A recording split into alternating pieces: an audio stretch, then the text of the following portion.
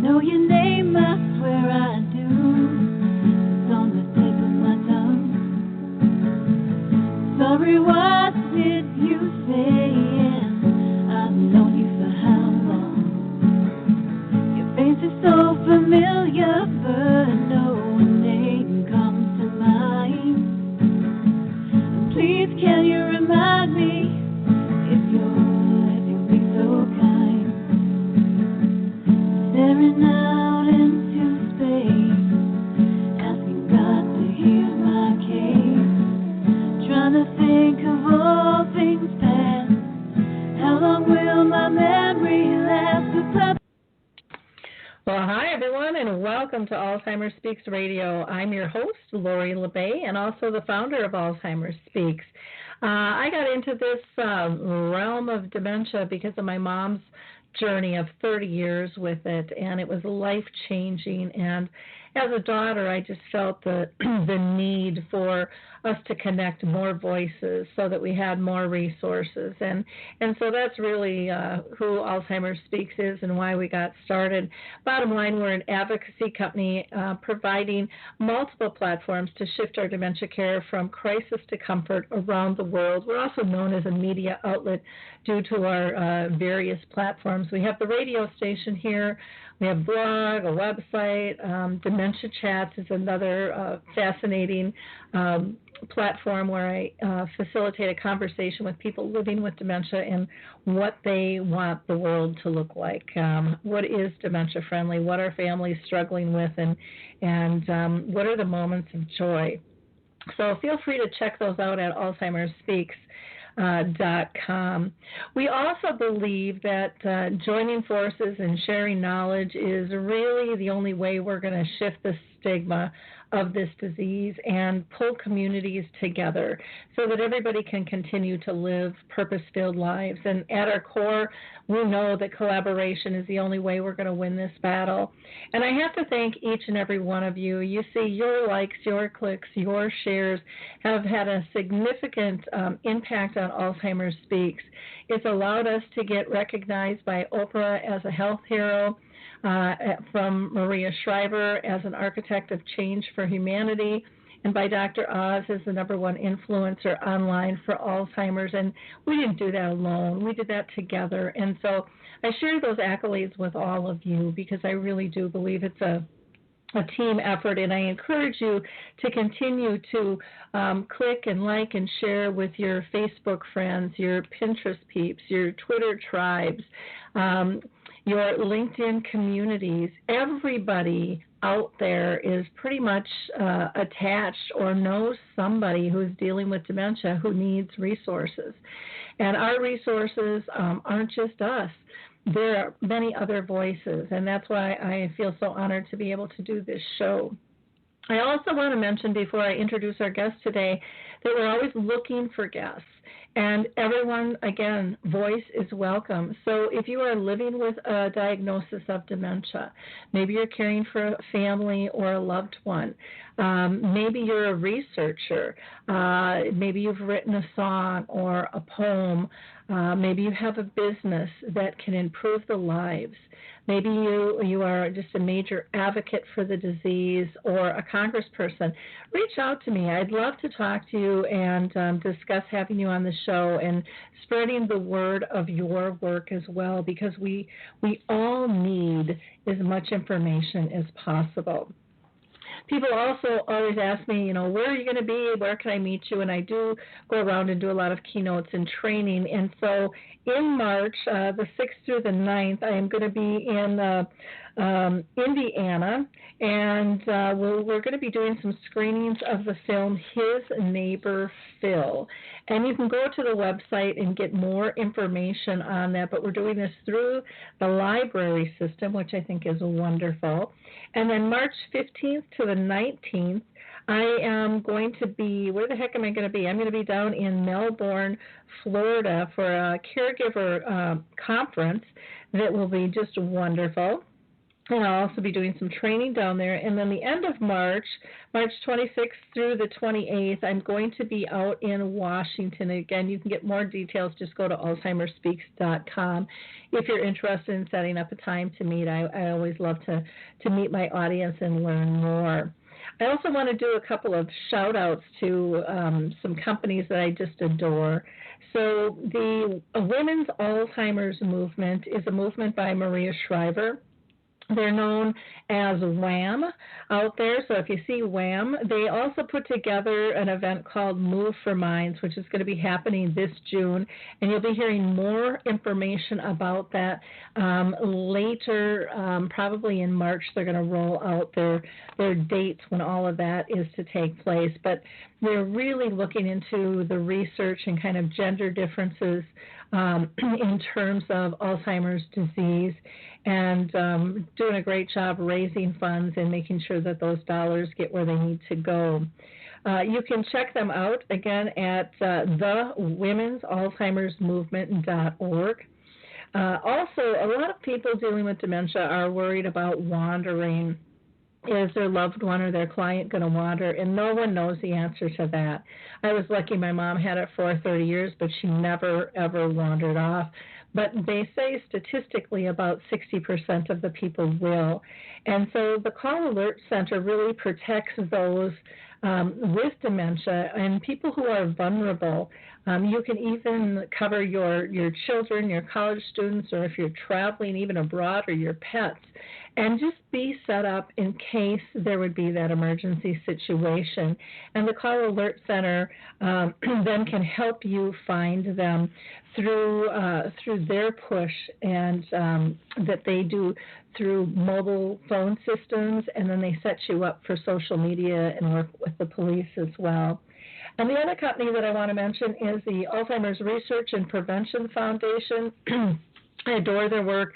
They do a lot of, their focus is really on holistic and prevention of the disease. And so if you're into, exercise and diet and meditation, they are the place to go. They've got a wonderful new training program that's out. They do memory screenings as well.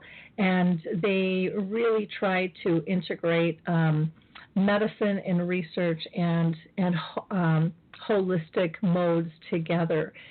So feel free to check them out. Their website is alzheimersprevention.org, alzheimersprevention.org.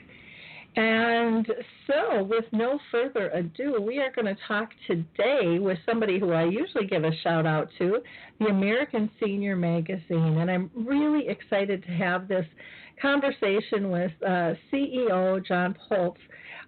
He is the CEO of PS Lifestyles, which is the parent company to PS Salon and Spa and the American Senior, which is a wonderful new magazine.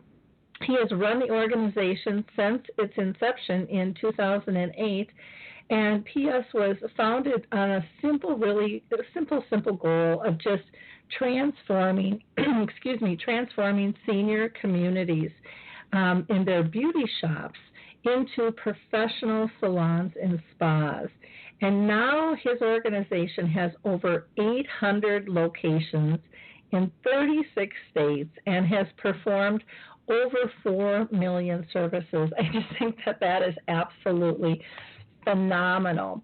American Senior also launched in 2013 as a lifestyle magazine for seniors with topics ranging from nostalgia and health and wellness, has some great interviews, and spotlights notable older Americans. So welcome, John. I'm just thrilled that you're with us today.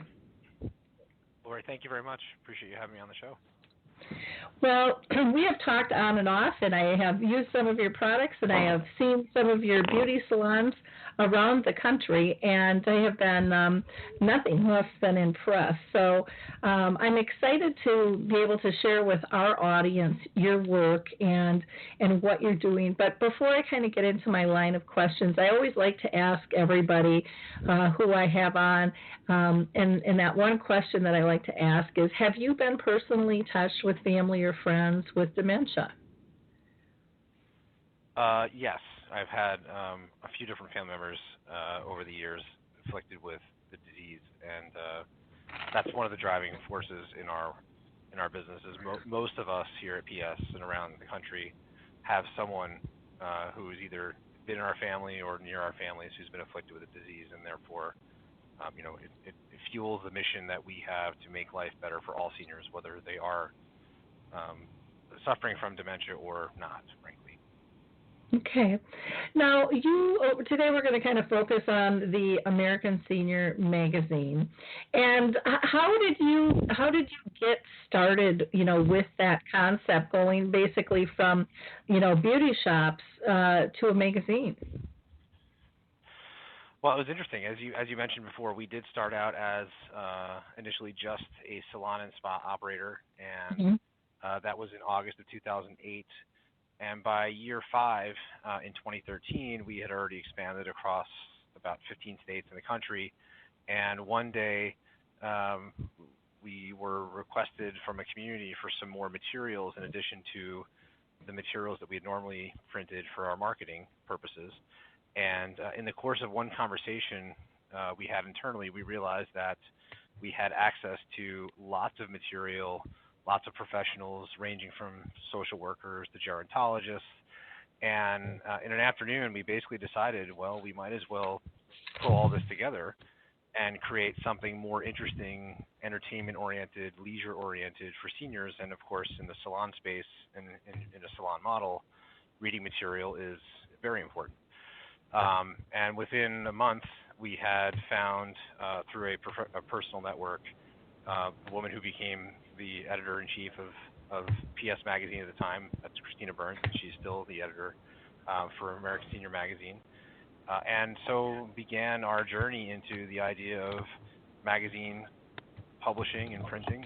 And here we are today, 4 years later, enjoying some 20-plus issues already printed, but we now continue to network through all of the connections we've made throughout the senior space and the aging professional space to keep drawing content and more interesting lifestyle and other entertainment pieces for our network. So it became very quickly something that was part and parcel to our salon model because the two are so closely associated. And it's been a very inspiring part of our business over the last 4 years. Well, it makes a lot of sense to have that. Like you said, the first thing I do when I go into a salon is I, grab a magazine if I have to wait and things. And so I always tell people, I didn't say this one earlier, but one of the things that I love is your large print, and it's just crisp. It's nice size to be able to hold on to, and the articles are very well done. And I find it educational, and it's always uplifting. Do you hear that a lot from people? We do, and to elaborate a little bit further on what you're saying, as we started looking at launching the magazine, we did a lot of research, and I think we identified what pretty much still exists today, which is a big gap in the print publishing world for entertaining and leisure pieces for the senior demographic. Many of the trade journals or periodicals that are out there that you can buy through magazine stores or online, Amazon, for instance, tend to deal with health-related issues for seniors, not pop culture or pro-aging entertainment issues and activities for seniors. So PS Magazine in the beginning, today American Senior Magazine, really evolved out of what we saw from both our customers in the salons and what we noticed in the space, that there was a gap there. So all the content that we source and create is geared towards that celebration of aging theme where, you're 80, 90 maybe, even in our senior communities especially, and, you're not broken. You're not only important because you have arthritis or because you are sick. And, we found that as we started developing the magazine and seniors were exposed to it, they gravitated towards it because it was a celebration of them. And the interviews that we do with people like historically Ed Asner or Roger Moore or Eric Braden, Dear Abby, they were of the same age and group, but we were speaking to their peers. And it really connects well with the senior demographic because they're finding in our stories and our content a dignified voice that's not patronizing to them, but it's respectful of them. It's celebrating, their 60, 70, 80 years on the planet, and it's getting more popular by the day. Yeah, well, one of the things, I don't hit the 80, 90-year-old category. I'm pushing 60 though, and I find it very entertaining, and I find it very educational too. And I love this, like I said, the solid, positive, but lightheartedness. I guess it's just the wisdom that rolls out of your interviews with your people. They're not. It's something that'll make you feel good after you read it, and that's hard to find these days, especially in the news sector. And so I really, truly do appreciate that. Now, one of the things that I wanted to ask about is how do you feel, the American Senior Magazine can support the caregiver experience? I think it does already in many ways, both indirectly and then increasingly directly. So initially, just the existence of the magazine in the senior demographic is something that is engaging and empowering for the seniors who read it themselves. But when we think about the caregivers, and I should point out in our world, in PS, our larger organization, everywhere we turn, we are encountering the caregiver demographic in the United States. In our salons, we have now almost 1,400 professional cosmetologists, the nail technicians around the country. Many of them are squarely in the 40 to 60-year-old caregiver demographic. So most of our employee base is what I would consider quintessential American adult caregivers or adult children of seniors. And then, of course, in our senior community locations where our salons are operating, we're in almost 800 locations. There are about 150,000 or so employees in those organizations who are all, I think, classified as caregivers. And then, of course, the third wheel there is the adult children of our senior customers in our salons who we also correspond with, through our salon activities and things like that. And they're the adult children of seniors in the senior community. So everywhere we turn, we encounter a caregiver. And we're always thinking, how can we as an organization diffuse complexity or reduce pressure on the caregiver by not only empowering the resident or the senior, but also directly and indirectly helping the lives of a caregiver. And the magazine has become an excellent tool for that because, as we've noticed over the years, initially in the senior community environment, social workers or adult activity directors, resident life directors would begin using the magazine and its content for engagement. So if you look through the magazine, you see certain of our sections. You have the Remember When section, you have our features, you have our interviews. Chances are in every issue, you're going to come across one or more topics that are going to be engaging for seniors in any atmosphere, any environment. What we're seeing in senior living is the magazine is becoming a formalized tool for group engagement where a resident life director, for instance, whether in a dementia community or a non-dementia community, would assemble a few seniors in a room as a group setting, if you will, and use parts of the magazine and the topics to lead a group discussion, talk about an event, trigger memory, whatever makes sense. But what we're seeing is that our magazine is becoming something of an asset in the caregiver space because the content within our magazine, to your point, is very light and lively. Lots of people can relate to the different pop culture or other themes that are within it. So it provides a very easy platform for anyone to pick up and use as an engagement vehicle for seniors. And when you think about caregivers and some of the things that they need, especially the professional caregivers here in the United States, resources aren't always unlimited, nor is time. So something like our magazine can become an inexpensive resource and something that pre-packages engagement within the pages of what we're already doing. We've now given a big win to a caregiver to have a better experience and a better engagement with their loved ones. Oh, definitely. So, and it's rare to find a product like that really becomes an engagement tool, and can be used in so many different ways there. It sounds like we've got a little movement going on. I'm not sure if that's the internet or connection or not. Are you hearing that on your end, John? I am not. No, I'm sorry. Okay. Let me know if it continues. Okay, not a problem. Sometimes it just happens. That's technology, and what I love with my audience is they say that's just such a minor little thing. They want the content in comparison to what they're dealing with.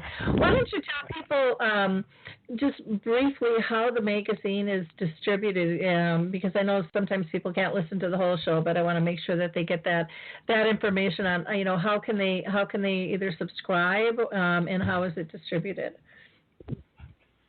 Sure. So through our website at AmericanSeniorMagazine.com, you can subscribe to the magazine either for single subscriptions. You can purchase it as a gift subscription. And then there also we have what we refer to as our program enhancement package, which is the resident or senior engagement package we were just talking about, where a senior community or a senior center can purchase what effectively is a bulk subscription of 25 issues for each issue released during the year, and that would include a companion guide of events and ideas and activities related to it. And that would be our group engagement package. But all of that's available at AmericanSeniorMagazine.com and through our direct dial on our phone number, 888-792-3212. Okay, wonderful.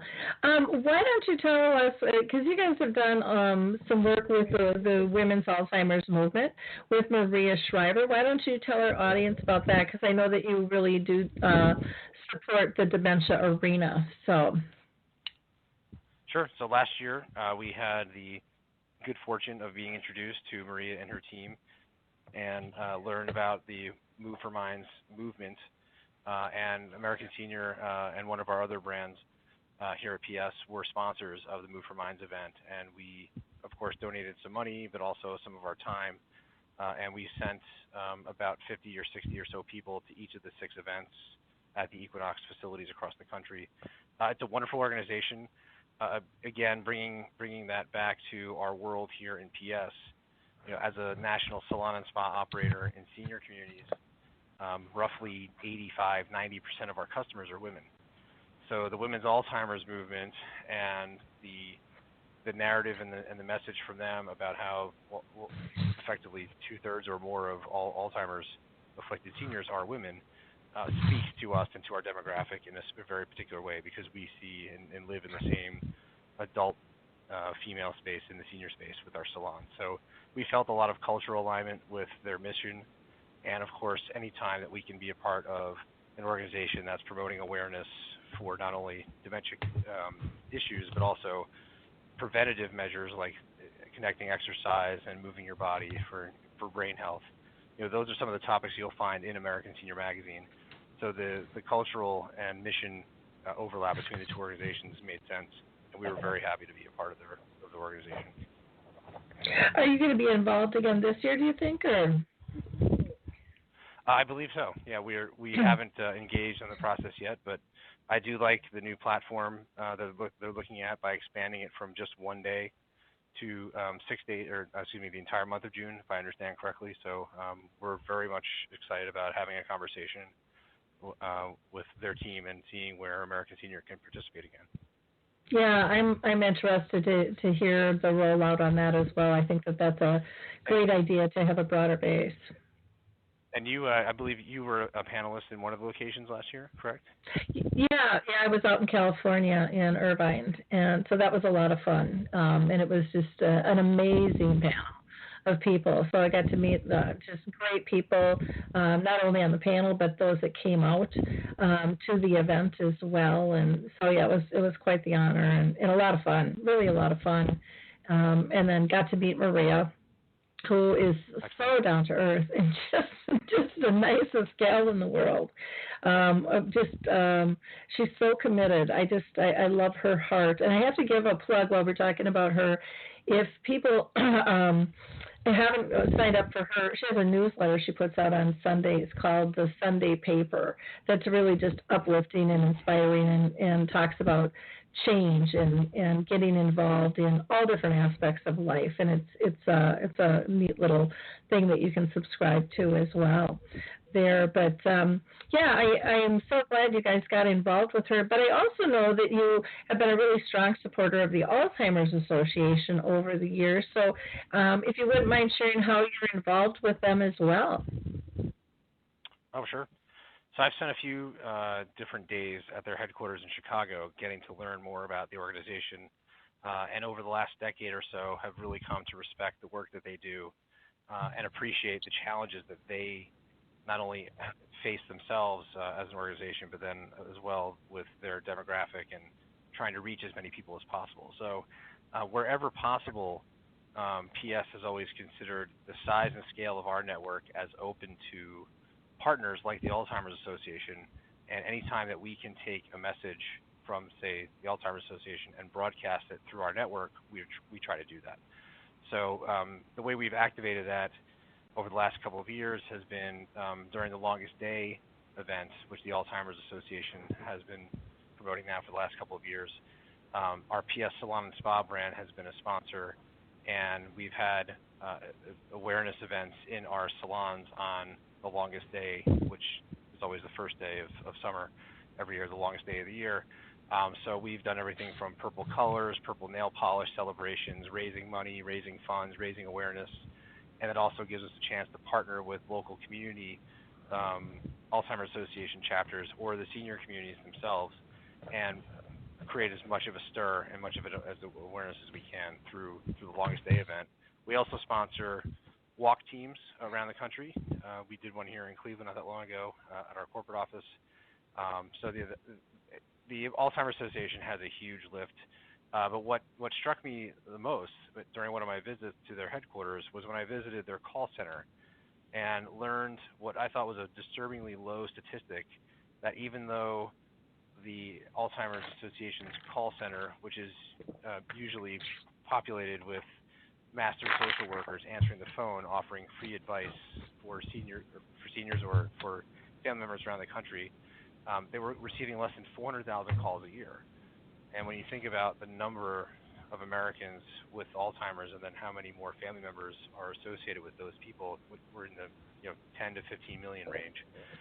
So one of the things that we've tried to do through American Senior is help promote the Alzheimer's Association's call center, and we've been running a free full-page ad for them in our magazines for at least the last 2 years. Again, trying to help build awareness, because programs like that are free and funded through grants or federal support of the Alzheimer's Association, we'd love to make those more available to families and seniors throughout the country. So, we at PS are very supportive of all of the Alzheimer's Association's initiatives, and wherever we can play a role, that's where we're going to try and be. Oh, that's fantastic. And I have to tell you, just in the last year, I have heard just a phenomenal response about the call center.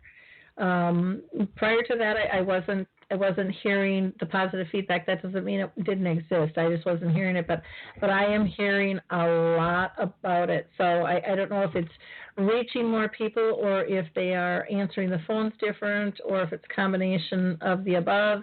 But people have just said it's been a lifesaver for them, and they highly, highly recommend that. And so that's nice to be able to pass on for people.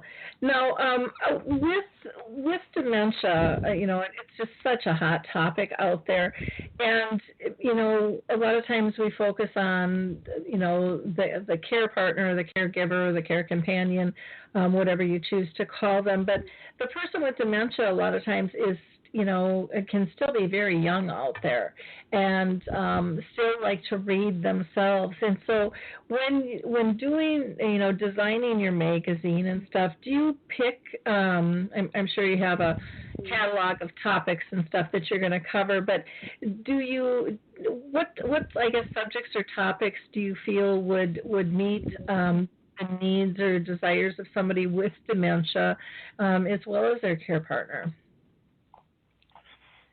I'd say more of them than not. the magazine is designed first ergonomically for seniors in general. So the large print, the grippable paper make it easier to handle and read.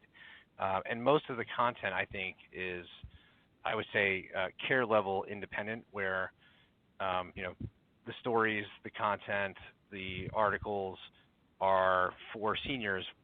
Those with dementia or not, I think, is not exactly our mission from a publishing standpoint.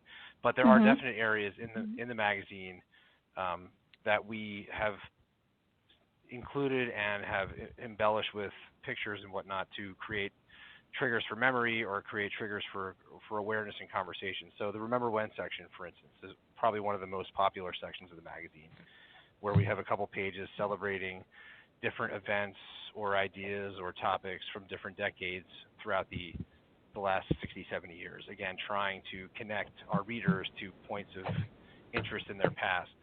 So whether you're a senior with dementia or not, obviously there's some relationship there that would be recognizable. But the Remember When section is a place where either a senior by themselves or a caregiver working with someone or sitting with someone can walk through memory lane, so to speak, and talk through images that should trigger memory, trigger events, trigger thoughts of interaction with other people, and anything that we can do to help spark those types of conversations. That's the kind of content we're trying to include in the Remember When section. Otherwise, we have articles all the time from professional gerontologists or other article writers related to nutrition, mind, body, health, and wellness topics that would work either for seniors with dementia or without dementia. So anytime that we're looking at the content, I think we're thinking this is good for seniors in general. Ideally, the readers or the caregivers working with our readers can self-evaluate the material and find a topic or a story or a person in an interview that's going to relate to the individual. Mm-hmm. Well, and one of the things too, when I ask that question is, I don't think people are necessarily looking for a magazine that's going to just educate them on dementia. I think sometimes they just want something that makes them feel normal again. It's about the whole person and giving them something that they can converse with others about as well, or do the reminiscing. Whatever it is Right. that triggers, but something of, like you said, that values the whole person and their history. And so I enjoy that a lot. Now, your readership, of course, is national. And do you have any international readers at this point, or is that a target? We're aware of a couple. Definitely some in Canada. We've had a few over the years show up in places like Australia, New Zealand. Nothing much more than that outside of the country. But back to your point earlier as well, our goal in the magazine is not to silo seniors in a specific vein of their existence. So to your point, we're looking to make it as broad-based and as culturally pervasive as possible. So we try and hit as many topics of interest that we can. So we're not speaking to just one type of senior or one type of ailment of a senior, for instance. And that is finding a national acceptance, because we're a national company. We have operations in 36 states in our salons. We understand that seniors in the Northeast might have a different persuasion than some in the Midwest and then those on the West Coast. So, we listen to our customers. We hear what they like, what they don't like, especially in our salons, if you can imagine the kinds of dialogue that we hear on a daily basis. And a lot of that is filtered up throughout the years, and it's become part of our mission of how we listen to and empathize with seniors. And I think that's reflected in the magazine, and it's reflected in our appreciation for them as individuals. And to their credit, they deserve our respect and the dignity from us to listen to them.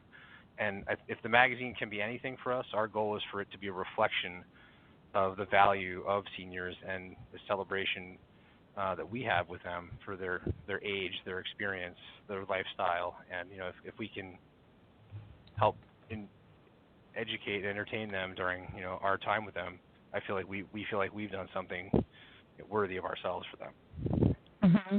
Well, that's wonderful. Well, and now we have such cultural differences too. In terms of your readership, I would imagine that kind of broadens the bag as well. Oh, for sure. Yeah, without question. We span, again, the entire country, every demographic, every race in the country, every religion in the country is in our world. So we think about all of that as we think about the editorial calendar and the content and our interviewees and who we can inspire to be a part of the magazine. Every aspect of that becomes a part of the fabric of American Senior. Okay. And wonderful. I think that's important today in light of the current political and cultural climate in the United States. We're not looking to advocate in any one specific area or direction. We view American Senior as a catch-all for all seniors in the United States, and of course any person anywhere.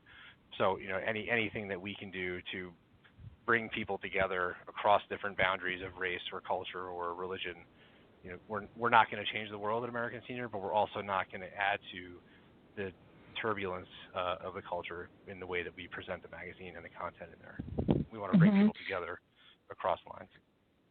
So when you're looking, like so many people are covering all the political jazz that's going on right now, do you kind of steer away from that and go for more of that, the history and the substance and the wisdom versus going down what I call the rabbit hole? It just is like, what bomb went off today, with our political process. No, for sure. I think people have access to any amount of that information that they want on a real-time basis. As I know you've covered on your show as well, there's sort of maybe a misunderstanding out there that seniors aren't connected or aren't as up to date through technology access for new information, and of course they are. So the magazine is not meant to be an additional resource for news or political commentary at all. We do actively steer away from it, and again, I think our goal is really to help people ignore some of the noise that might be out there, because it's hard to avoid some of the commentary or some of the topics that are typically out there now today in our culture. And if the magazine can be a respite and an oasis and a refuge even from some of that, then we're doing our job, because that's our goal, is to inspire and uplift spirits, not to bog people down in the day-to-day that we're all confronted with here in the United States right now. Yeah. So would you say it's more on the line of entertainment versus, the political news type information and what they'll get out of your magazine? 100%. Pro-aging, lifestyle, entertainment only, yes. Yeah. Okay. Yeah, I think it's wonderful. Have you guys ever considered doing audio magazines? I don't know if that's even possible. I don't know if anyone's ever done that. I've heard of audio books, but I just think with with the group that I work with dementia, and also with caregiving at large, and then I look at the aging population, sometimes, that ability to read can be difficult. And so, if you ever considered doing an audio magazine, I think it'd be really interesting and kind of edgy for people to be able to, plug that in and have it be read to them. No, that's a very interesting thought, actually. We have not looked at recording any narration or reading of the magazine. I do like to think that somewhere out there, as our magazine is distributed, there are caregivers, or maybe even better, younger adults or children reading the magazine to a senior. I think that would be a wonderful moment if that would happen. But to your point, I do find that there is a large audiobook and audio culture, if you will, for literature. So I'm actually going to pocket that idea, if you don't mind, and think about that, because that's not something we've looked at. But I do like the idea of recording the reading of some of our articles and making those available. That's a great idea. Yeah. Well, it could be a great way even to archive articles for your kit too that people subscribe to, so that they don't necessarily always have to do the work and can use some multimedia in there. And then I'm just going to mention, because I always try to make connections for people. I interviewed a group from the UK, and they have an app called Read Clear. And one of the things that I liked with their app, and they only have right now UK products loaded. They have some books and stuff, but as far as newspapers and magazines, loaded into their app. But they're looking at expanding. And I thought you would be a great one to position with them, because it allows people, as their eyesight changes, to be able to read a publication if they need to read it a line at a time, because looking at a whole page is just too much to them, or if they it can be read to them as well. But there's some cool variables there that might be of interest to you, or might give you some ideas as well. But it's readclear.co.uk, and I'm always trying to, in talking with people with dementia, everyone wants to be as independent as possible, and so all these alternatives just help us. If it's dementia, if it's just aging. I mean, I know I can't read a dang thing without my glasses anymore, and yet I got to take them off if I want to look for far and stuff. So, sure. but all those things that can help us still feel independent and still be engaged and powerful and purposeful are good, I think, to consider. But John, what's on the horizon for you guys? Knowing you're always kind of stirring the pot and looking to expand and stuff. So what are you thinking about? Can you share? Well, I appreciate how you said that, because we are always thinking about other ways to innovate and provide more value in the space, in the broader aging services space. With regards to the magazine, our goal in 2018 is to continue producing the quality we have in the past, and of course, try to expand the readership base through lots of partnerships.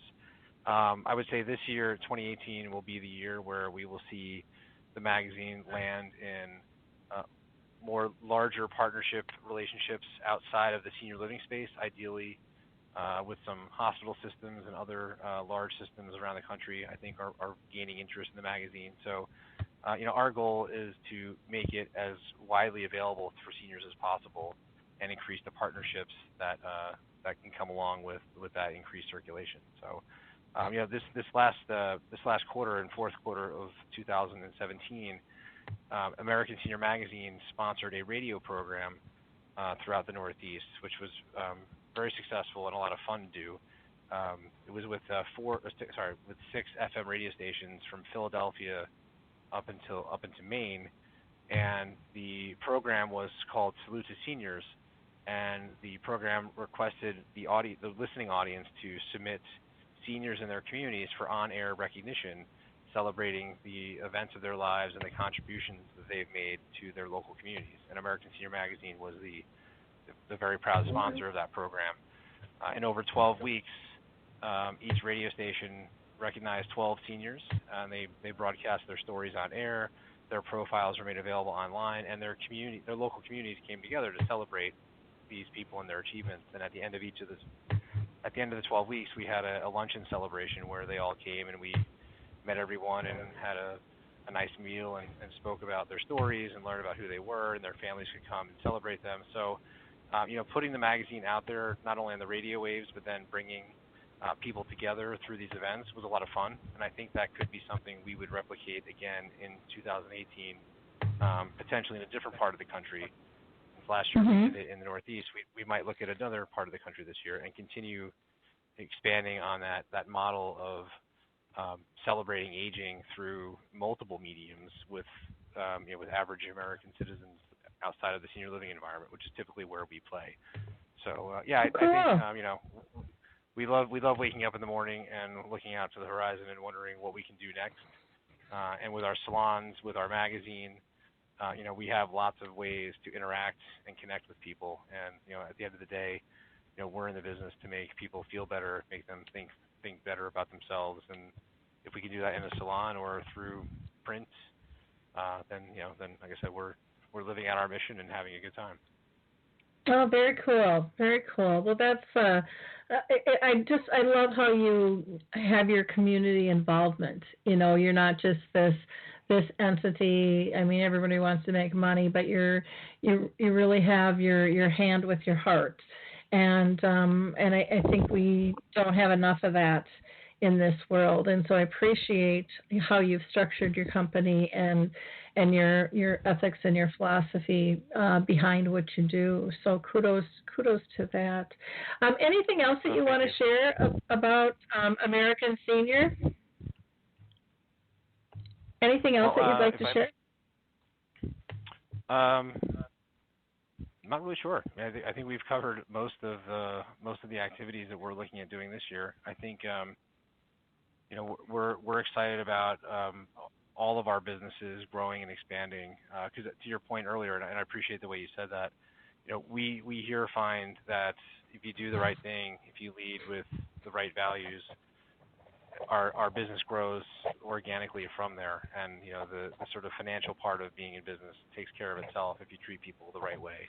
So whether it's our magazine or our salon and spa business, first and foremost, we want to make sure we're taking care of our customers and providing a better lifestyle for them. And our customers seem to appreciate that, and they reward us with their time and their service and their attention. So, we're looking forward to another successful year here and enjoying time with people like yourself and celebrating what we do and making our customers' lives better. Great. And I have to thank you, too, because you also supported us on our dementia-friendly cruise that we did this fall. And that was just so nice and generous. You gave us magazines for everybody who went on the cruise, and then also donated some spa products, which was much appreciated. And a lot of fun. People really enjoyed those. So, again, thank you. Thank you for that. Before we close, we've got about 10 minutes. Do you want to talk a little bit about the PS salons and spas? And just give people a little more information on that? Because I love them. I think they're just fantastic. Yeah, so maybe a little bit of the... Sorry? But no, I was going to say, why don't you start out with the history, and that's perfect where you're going. So go ahead. Yeah, sure. So we started the company Salon PS back in August of 2008 here in Northern Ohio. My co-founder, a gentleman named Scott Fisher, and I are the P and the S. P is the first initial of my last name, Polatz. S is the first initial of Scott's first name, of course. And we started here in August of 2008 with the idea of professionalizing the salon and spa amenity, often referred to as the beauty shop, in the senior living community space. And in Northern Ohio at the time, we identified what we thought was a lack of professional and commercial-like salon and spa services in senior living communities. And it turns out that Northern Ohio is the same as pretty much all the states in the country, where there's a salon inside a senior community. There are, as you know, 55, 60,000 communities across the country. And everywhere we go, we find pretty much the same situation where you have a salon inside a senior community building that is operated by a typically well-intentioned and very talented independent hairstylist. And while they are probably very successful in what they do for the residents that they're seeing, today and moving forward with the changing demographics of senior living, especially with the younger boomers moving in and with the concept of the salon model changing, senior communities are typically in need of a partner in the salon and spa space that can provide more than just what one individual can provide. So PS has grown over the last 10 years, helping senior communities and independent stylists develop a larger platform and deliver a better platform of professional salon services inside the senior community environment. So, as I mentioned earlier, I believe we now employ almost 1,400 people across the country and they're all engaged in the day-to-day delivery of salon and spa services across the senior living continuum. We have salons in memory care communities, we have salons in continuing care retirement communities, and any level in between. And our mission is very simple. We're there to elevate the individual experiences and personal dignity of all of the residents that we see, and then by extension, their caregivers, their adult children, their family members. So it's a wonderful business model from a business standpoint, but emotionally speaking, there's nothing that we could do that could give more value and give more of ourselves to the senior demographic. And pretty much everyone who works at PS is mission-driven to deliver that kind of a quality of life enhancement to the senior demographic. And as I mentioned earlier, everywhere we turn, we either employ caregivers, work with caregivers, or serve caregivers by taking care of their parents. And I think if I can speak for all of our employees, we feel like we're making a difference in the senior demographic every day. And you mentioned in the beginning of the show, we're crossing our 4 millionth service here in the next few weeks. When we think about that's 4 million interactions with at least 4 million seniors over the last 10 years, that's a big number, and it's a number we're very proud of, and we'd like to think that that's enhancing quality of life, maybe even prolonging life for some people, because we're elevating dignity and attention of oneself, and anytime that we do that, we may be improving the outcome of someone's life. So it's been a wonderful ride. We're only 10 years in, and we're all looking at the next 10 as exciting and growth-oriented and doing as many things as we can to elevate the lifestyle for seniors. Well, one of the things too. I mean, I think your idea and the company has a brilliant concept, because people did just kind of look at it as the beauty shop, but people didn't go into the depth and the importance of what that beauty shop does and how it makes people feel, and and what you've done is to enhance that, to even bring that to a higher level. And so when you walk into these shops, I mean, they look like any shop you could walk into off the street someplace. The way they're laid out and designed and it doesn't feel like a commercial nursing home assisted living beauty shop per se, and I think that is a really important statement to people's individuality and just that feeling of normalcy, and you've raised the bar to that, and one of your products, a couple of your products, I've tried the mitts for your hands and for your feet, and oh my gosh, I can't talk highly enough about those. They're just absolutely fantastic, and I mean, they make your hands just feel amazing. And I've had a lot of different treatments that I've tried and stuff, but and he's not paying me to say this, guys. They're just really, really great products, and so it's that delivery of service and promise, and the follow through, and the way it makes you feel. I mean, when if it's getting your hair done, or your nails, or you're getting a manicure, and just being able to touch your hands and go, they're soft again. And mine haven't gotten all that rough, but I still notice the difference. And it's those little things that just give us kind of that calm and peacefulness inside. And I don't think we can ever, or that we should ever overlook that. And I think many times in this rat race that we live in, it gets overlooked way too often. And so, again, thank you for slowing down the pace and getting people to appreciate what really warms their hearts and fills the soul, and is relationship based. So, John, if I can give you sorry. Oh no, go ahead. I was going to give you one more anecdote that I think might be relevant, especially for your audience. But you may remember a few months ago we announced our partnership with Paul Mitchell, which is a pretty unique relationship and a first for senior living. and we've started converting our products in our salons to Paul Mitchell products. And not surprisingly, a few weeks ago, we had a story ripped through the emails and the news boards in our company of a moment in a senior community in Connecticut where a resident with dementia had a memory-triggered moment because our hairstylist used the Paul Mitchell tea tree shampoo and conditioner on her during a service, and the smell and the tingling sensation from that shampoo triggered memory of her where she remembered using that product earlier in her life.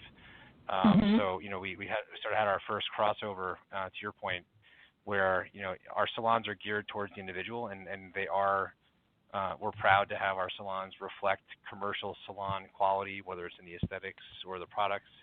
But now we're excited because even our products are potentially elevating the lifestyle of a resident. I mean, the thought of triggering memory in a dementia resident with a hair care product is something we hadn't really considered until it happened.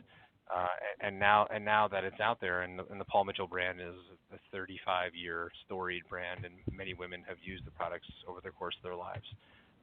We just think we found another diamond in the rough, if you will, where our product partner now is helping us connect with our clients in ways that even we hadn't imagined or could. So you're right. It is a special place in a senior's life.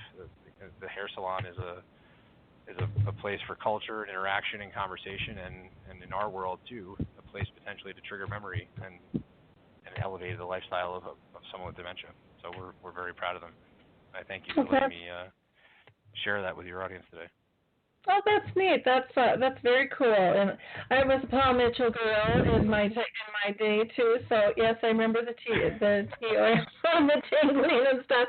But again, it just goes into the importance of really understanding how all our senses capture memory, and how that can be relived, and the importance of that is incredible. So again, kudos to you and your team and all you do. And I always love touching base with you because you just lift me up in terms of the type of work that you do, and the ethics and the standards. And I know that your staff all go through training and stuff too in your salons for your sectors, that you're marketing to, which is absolutely fabulous as well. And now your magazine is an engagement tool that professionals and families can use to engage and entertain themselves as well. So multifaceted and a wonderful work. So thank you so much. I want to make sure that people have your website again. That's www.americanseniormagazine.com. That's again www.americanseniormagazine.com. And you can also email them if you'd like at americansenior@pslifestyle.com. That email again would be americansenior@pslifestyle.com. And again, thank you for all the cool work that you're doing, John. Appreciate it. Oh, Laura, thank you, and thank you, and congratulations to you also for everything you're doing. I think you have a fantastic program, and we're very much honored to be a part of it. So good luck to you, and we look forward to coming back maybe in the future. Yes, we'd love to have you back. You know that. For our listeners, I just want to remind you, too, that March 2nd is the deadline coming up to submit your films to the Neuro Film, tongue twister here for me, Neuro Film Festival. And again, you can just put in 2018 Neuro Film Festival, and you'll get information. But they're giving some grand prizes of $1,000 in 4 different categories away. So check that out. And if you visit alzheimerspeaks.com, again, download your free tips in terms of engaging, and feel free to share. Would love to hear from you if you have any comments. And have a blessed week, everyone. Bye now.